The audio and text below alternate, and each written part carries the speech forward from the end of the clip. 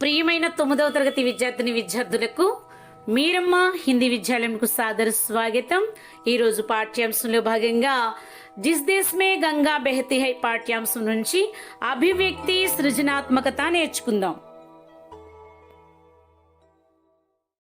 शुभोदय बच्चों, आज हमारा 9वीं कक्षा द्वितीय भाषा हिंदी की पाठ्य पुस्तक से जिस देश में गंगा बहती है इस पाठ्यांश के अर्धग्राह्यता प्रतिक्रिया देखिए। अर्धग्राह्यता प्रतिक्रिया इस सोपान को आज हम सीखेंगे।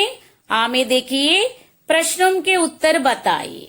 ఇక్కడ యాక్చువల్ గా ఇది మౌఖిక అభ్యాసం అన్నమాట। మీరు ఓరల్ గా చెప్తే సరిపోతుంది, ఇది నోట్స్ రాసుకునే పని ఏమీ ఉండదు। మీరు లెసన్ విన్నారు కదా ఆల్రెడీ, ఇంతవరకు మనం 3 days గా లెసన్ ఏదైతే ఉందో అది చెప్పుకున్నాం। కవి పరిచయం కూడా మనం చెప్పుకున్నాం శైలేంద్ర కుమార్ జీ గురించి కదా। సో ఏదైతే మీరు కవిత విన్నారో, కవితలో ఏదైతే నేర్చుకున్నారో దానికి సంబంధించినటువంటి ప్రశ్నలు ఉంటాయి। మౌఖిక మానే ఓరల్ గా చెప్తే సరిపోతుంది అన్నమాట, నోటి మాటలు సరిపోతాయి, నోట్స్ రాయని అవసరం లేదు। देखिए, प्रश्नों के उत्तर बताए। पहला प्रश्न, భారతీయం के बारे में कवि ने क्या कहा है। మరి భారతీయుల గురించి కవి గారు ఏం చెప్పారు అని అడుగుతున్నారు। దానికి మీరు ఆన్సర్ ఏమని చెప్తారు? కవి గారు ఏం చెప్పారు? मातृभूमि भारत देश की महानता और भारतवासियों के उच्चतम गुणों का सुंदर ढंग से वर्णन किया है। అంతేనా? భారతీయుల గురించి, భారతదేశం యొక్క గొప్పతనం అలాగే భారతవాసీల యొక్క ఉన్నతమైన గుణగణాల గురించి కవి గారి గేయంలో మనకు చెప్పారు। అంతేకాకుండా సంసార్ మే భారత్ కా అప్నా మహత్వపూర్ణ స్థాన్ హై, ప్రపంచంలోనే భారతదేశానికి తనదంటూ ఒక గొప్ప స్థానాన్ని అందిపుచ్చుకుంది అన్న విషయాన్ని చెప్పారు। ఇంకా భారతదేశంలో పవిత్ర సురగంగా బెహతీ హై, మరి భారతదేశంలోనే పవిత్రమైనటువంటి గంగా నది ప్రవహిస్తుందని, ఐసే పవిత్ర దేశ్ కే లోగ్ బి మహాన్ చరిత్ర వాలే అని, అంటే ఆ గంగానది, పవిత్ర గంగానది ప్రవహిస్తున్నటువంటి దేశవాసులు కూడా చక్కని చరిత్ర కలిగినటువంటి వారని, వారి యొక్క హృదయాలు పవిత్ర और నిర్మల హై, వాళ్ళ యొక్క హృదయాలు ఎలా ఉంటే పవిత్రంగాను నిర్మలంగా ఉంటాయని, హోఠోం పే సచాయి రహతి హై సదా, ఎల్లప్పుడూ వాళ్ళ పెదవులపై చిరునవ్వు ఉంటుంది, సత్యం ఉంటుంది అని, అంతేకాకుండా అతిథి సత్కార్ భారతవాసిం కా జన్మసిద్ధ గుణ హై అంటారు ఆయన, అంతే కదా। మరి అతిథి దేవోభవ అన్నటువంటిది మరి భారతదేశీయుల యొక్క జన్మసిద్ధ గుణము। సో ఇలా చెప్పుకుంటూ వెళ్తే మనకి భారతీయుల గురించి కవి గారు ఏం చెప్పారన్నది మనం వారలుగా చెప్తే సరిపోతుంది। ఇంకా ఏం చెప్పారు ఆయన? మాకు ఎక్కువగా దురాశ లేదు, మేము ఉన్న దాంతోనే తృప్తిగా జీవిస్తాము, పరాయి వాళ్ళు ఎవరైనా కూడా ఎలాంటి వారైనా కూడా మేము ఏ భేదాభిప్రాయం లేకుండా వాళ్ళని ప్రేమిస్తాము, ఇదేగా చెప్పారు। సో ఆ 4 వాక్యాలు అట్లా రాసుకుంటే సరిపోతుంది। दूसरा देखिए, भारत में बहने वाली कुछ नदियों के बारे में बताइए। మరి భారతదేశంలో ప్రవహించేటువంటి కొన్ని నదుల గురించి చెప్పమంటున్నారు। మనకు ఆల్రెడీ గంగా నది గురించి మనం చూసాం, అవునా? గంగా నది జిస్ దేశ్ మే గంగా బెహతీ హై, మరి గంగా నది గురించి రాయాలంటే ఏం చెప్తాం? గంగా భారత్ కి సబ్సే ప్రసిద్ధ నది అంటాం, అవునా? గంగా నది భారతదేశంలో అన్నిటికన్నా ప్రసిద్ధమైనటువంటి నది। ఎక్కడ పుట్టింది? ఇస్కా జన్మ పవిత్ర హిమాలయం మే స్థిత్ గంగోత్రి మే హువా హై। సో గంగోత్రి అనేటువంటి హిమాలయ పర్వతాల వద్ద గంగోత్రి అనేటువంటి ప్లేస్ లో పుట్టడం జరిగింది। యహ భారతవాసియంకి సబ్సే ప్రియ నది హై, చాలా పవిత్రంగా పూజిస్తారు గంగా నదిని కదా। గంగా కుంభమేళ జరిగినప్పుడు చాలా పుణ్యం లభిస్తుందని చెప్పి అక్కడ వెళ్ళి స్నాన పానాదులు అవి చేస్తూ ఉంటారు। చాలా పవిత్రంగా మనం గంగా నదిని చూస్తూ ఉంటాం। ఇక ఇంకొక నది గురించి మనం చూసినట్లయితే మన రాష్ట్రంలో గోదావరి నది। భారత్ మే పూరబ్ కి ఓర్ బెహనే వాली బడీ నది ఏదైనా ఉంది అంటే అది గోదావరి నది। ఎక్కడ ఇది పుడుతుంది? మహారాష్ట్ర దగ్గర నాసిక్ దగ్గర పుడుతుందని మనకు తెలుసు కదా। మహారాష్ట్ర ప్రాంతకే నాసిక్ और త్రయంబక్ కే యహా పైదా హుయి హై। ఇంకా చెప్పాలంటే మరి ఇది చివరికి ఎక్కడ కలుస్తుంది? బంగాల్ కి ఖాడీ మే విలీన్ హో జాతి హై, మరి బంగాళాఖాతంలో కలుస్తుంది। అట్లా ఇంకొక నది మన రాష్ట్రంలో చూసారు, కృష్ణా నది। కృష్ణా మహారాష్ట్ర మే స్థిత పశ్చిమీ ఘాటియో మే మహాబలేశ్వరం కే యహా పైదా హుయి హై। మహాబలేశ్వరం దగ్గర, మహారాష్ట్రలో మహాబలేశ్వరం దగ్గర పుడుతుందని మనం 4th క్లాస్ నుంచి దీని గురించి చదువుకుంటూ ఉంటాం కదా। ఇంకా చూడాలి అంటే నదులు ఇంకా సింధు, బ్రహ్మపుత్ర ఇలా చెప్పుకుంటూ పోతే చాలా నదులు ఉన్నాయి। సో మనం కొన్ని నదుల గురించి అట్లా అడిగినప్పుడు టీచర్ ఓరల్గానే అడుగుతారు కాబట్టి వాటి గురించి చెప్తే సరిపోతుంది। పాట పడి అభ్యాస్ కార్య కీసి కవితాకి ఆధారపడి ఉచిత క్రమ తీసి, ఇక్కడ మీకు ఒక మన పాఠ్యాంశంలో చదువుకున్నటువంటి ఒక కవిత ఇవ్వబడింది, అది ముందు లైన్ వెనక, వెనక లైన్ ముందు అలా రాయటం జరిగింది। సో ఇక్కడ మీకు ఆల్రెడీ చూడండి एक चीज यही तो रहते हैं, मिलजुल के रहो और प्यार करो, जिस देश में गंगा बहती है हम उस देश के वासी है. సో ఇక్కడ మీకు రెండవ లైన్ ని ఒకటవ లైన్ గా చెప్పారు. మిల్జుల్ కే రహో और ప్యార్ కరో. మరొకసారి మనం పోయంలో కూడా చూద్దామా. మిల్జుల్ కే రహో और ప్యార్ కరో, एक चीज यही तो रहती है. మరి ఇక్కడ मिलजुल के रहो और प्यार करो फर्स्ट लाइन, एक चीज यही तो रहती है दूसरा, हम उस देश के वासी हैं जिस देश में गंगा बहती है. देखिए, मिलजुल के रहो और प्यार करो, एक चीज यही तो रहती है, हम उस देश के वासी हैं जिस देश में गंगा बहती है. ఇది క్రమం, ఇలా ఆర్డర్ లో పెట్టి రాయమంటున్నాడు. ఇక్కడ వన్ ఆల్రెడీ ఇస్తారు, మిల్జుల్ కే రహో और प्यार करो, एक चीज यही तो रहती है दो, हम उस देश के वासी हैं जिस देश में गंगा बहती है. चौथा. अब देखिए, భావ से సంబంధిత కవిత की పంక్తియా లిఖియే. ఇక్కడ ఆల్రెడీ భావం ఇచ్చేసారు, దీనికి సంబంధించినటువంటి కవిత పద్యం ఏదైతే ఉందో దాన్ని మనం వెతికి ఇక్కడ రాయటమే. विश्व के मानचित्र में भारत पूरब में है, इसलिए भारतीयों को पूरबवासी भी कहते हैं, हमारे यहाँ इंसानियत को अधिक महत्व दिया जाता है. మరి ప్రపంచ పటంలో భారతదేశం తూర్పున ఉంటుంది, అందుకని భారతీయుల్ని తూర్పు వాసులని అంటారు. మరి ఇక్కడ మానవత్వానికి అధిక గొప్పతనం ఇవ్వబడుతుంది. సో ఈ భావానికి తగినటువంటి పద్యపాదం ఏదైతే ఉందో ఆ కవిత పద్ దాన్ని మనం ఇక్కడ రాయాల్సి ఉంటుంది అనమాట. देखिए, कुछ लोग जो ज्यादा जानते हैं इंसान को कम पहचानते हैं, ये पूरब है पूरब वाले हर जान की कीमत जानते हैं, है ना. సో ఇది ఏ పూరబ్ హై పూరబ్ వాలి, మీరు ఈ యొక్క పదం ఏదైతే ఉందో కవితా పద్దు ఇది అక్కడ రాసుకుంటే సరిపోతుంది. और दूसरा, हम ज्ञान को महत्व देते हैं, हमने सबसे कुछ न कुछ सीखा है, अंग्रेजों को भी अपनाया है, अपने लाभ के लिए किसी को हानि नहीं पहुंचाई. మరి మనం జ్ఞానానికి ఎక్కువ ప్రయారిటీ ఇస్తాము, అందరి నుండి ఎంతో కొంత నేర్చుకుంటాము. బ్రిటిష్ వారిని కూడా మనవాళ్లుగా అనుకున్నాము, వాళ్ళు మనల్ని ఎంతగా హింస పెట్టినా. మన లాభాన్ని కాకుండా మన లాభం కోసం ఎవరికి కూడా హాని చేయాలి, కీడు చేయాలని మనం తలంచము. ఈ యొక్క భావానికి సరిపడినటువంటి కవితా పద్దని మనం ఇక్కడ రాయాల్సి ఉంటుంది. जो जिससे मिला सीखा हमने, गैरों को भी अपनाया हमने, मतलब के लिए अंधे होकर रोटी को नहीं पूजा हमने. సో ఈ కవితా పద్దని మనం అక్కడ రాస్తే భావానికి కరెక్ట్ గా సరిపోతుంది. और देखिए, पंक्तियां पढ़िए भाव बताइए, अपना किसी से वैर ना समझो, जग में किसी को गैर ना समझो, आप पढ़ो औरों को पढ़ाओ, घर घर జ్ఞాన్ కి జ్యోత్ జలావు. సో ఇక్కడ ఇవ్వబడినటువంటి ఈ యొక్క పంక్తుల్ని పదాన్ని కవితను మనం చదివి దాని యొక్క భావాన్ని చెప్పాల్సి ఉంటుంది. అపనా కిసిసే వైరనా సమజో, ఎవరిని కూడా మన శత్రువు అని అనుకోకూడదట. జగమే కిసికో గైరనా సమజో, మరి ప్రపంచంలో ఏ వ్యక్తి కూడా పరాయి వ్యక్తి కాదు, అందరూ మానవులమే కదా. సో మనమంతా మానవులం అనేటువంటి మానవతా దృక్పథాన్ని కలిగి ఉండాలి.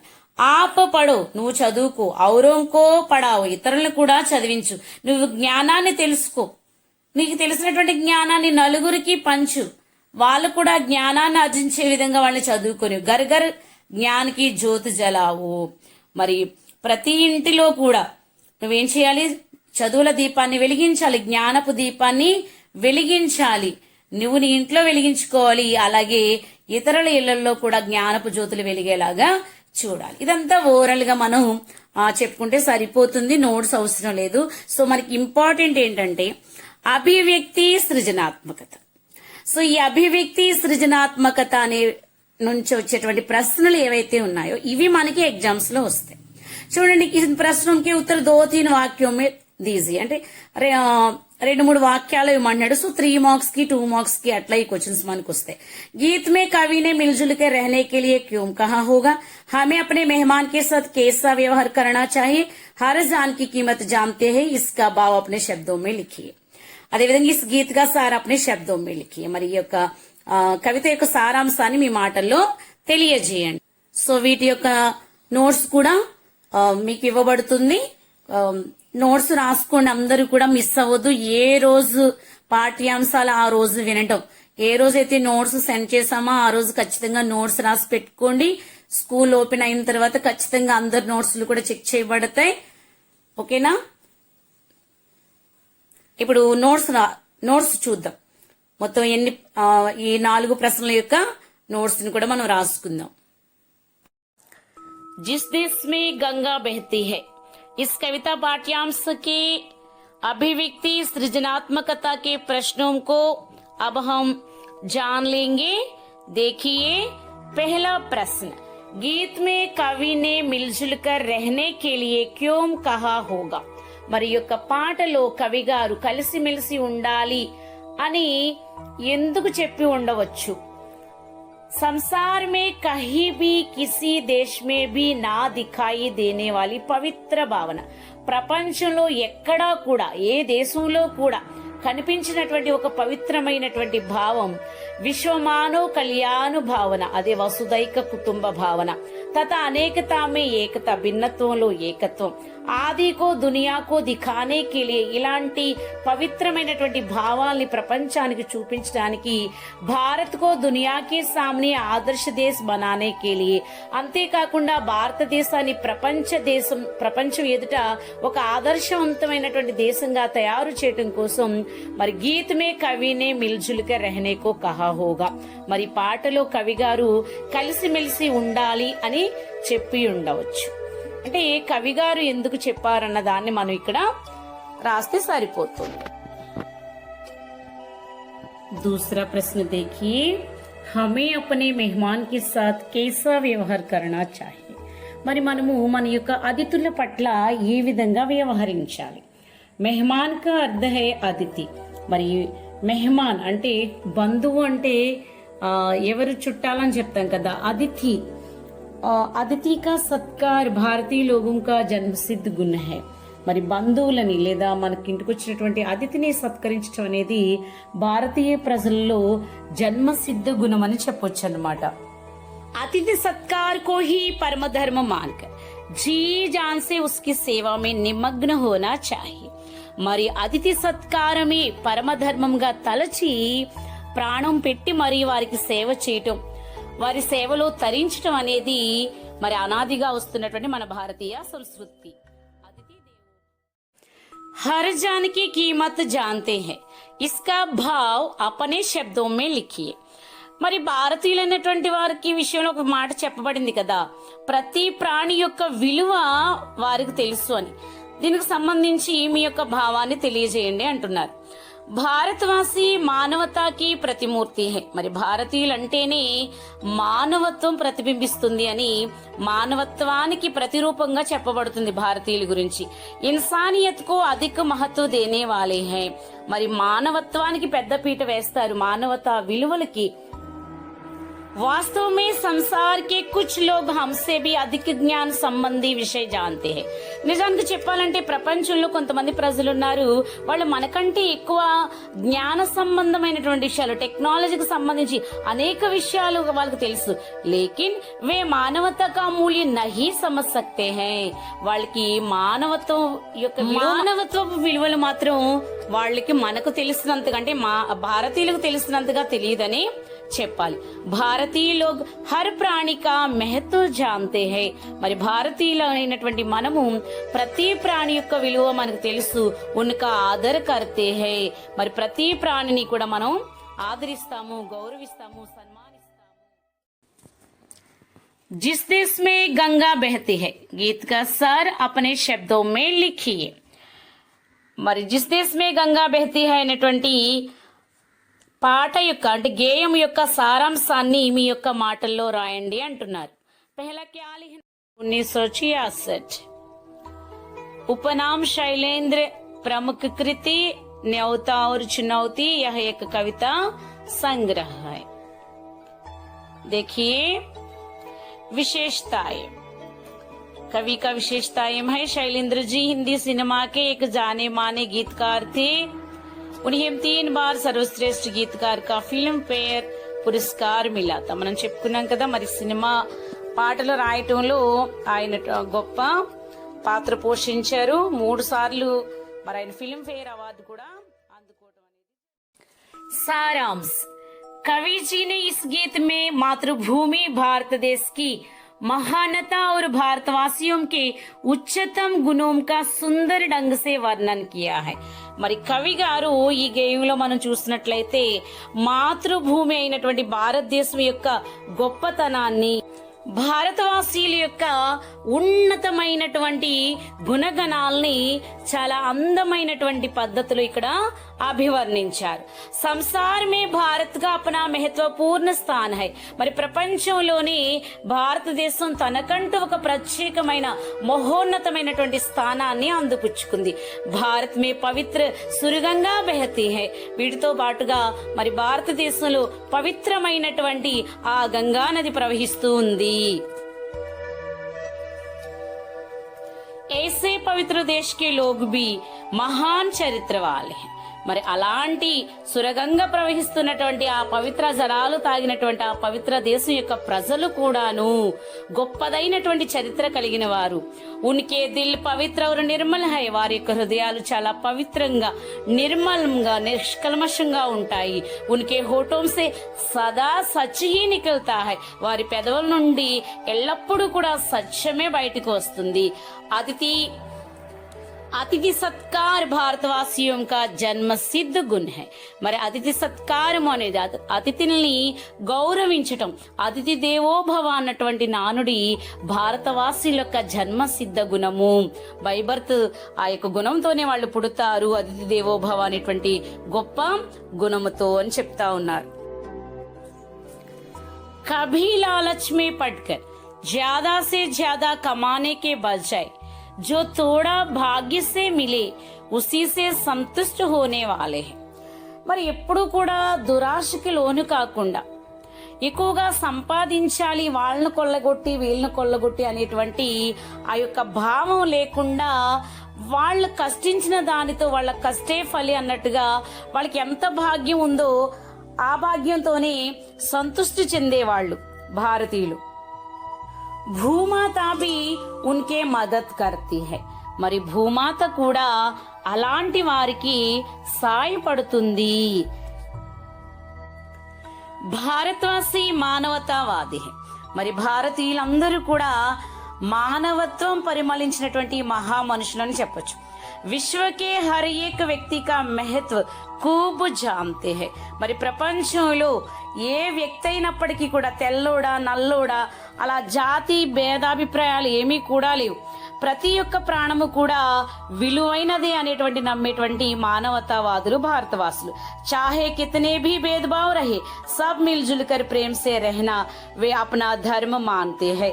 ఎన్ని భిన్నాభిప్రాయాలు భేదాభిప్రాయాలైన ఉండనివ్వండి, మతానుసారంగా, సంస్కృతి సంప్రదాయాల ఆచారంగా, ఏ పరంగా కానివ్వండి, కానీ అందరూ ప్రేమతో కలిసి నివసించటమే ధర్మము అనేటువంటి నమ్మే ధర్మమూర్తులు. వే పరాయి లోగోం కో భీ అపనానే వాలే హై. మరి పరాయి వాళ్ళు అయినప్పటికీ కూడా వాళ్ళ యొక్క సొంత మనుషులకి ఎలా అయితే అతిథి సత్కారం అనేది చేస్తారో అలాగే పొరుగు వారికి కూడా అంతే మర్యాద చేసేటువంటి తత్వం భారతీయుల్లో అణువణువున కూడా కనిపిస్తుంది. అందుకే కదా విదేశీయులను కూడా ఆహ్వానించి మరి వ్యాపారం చేసుకోవడానికి చోటు కూడా ఇచ్చారు.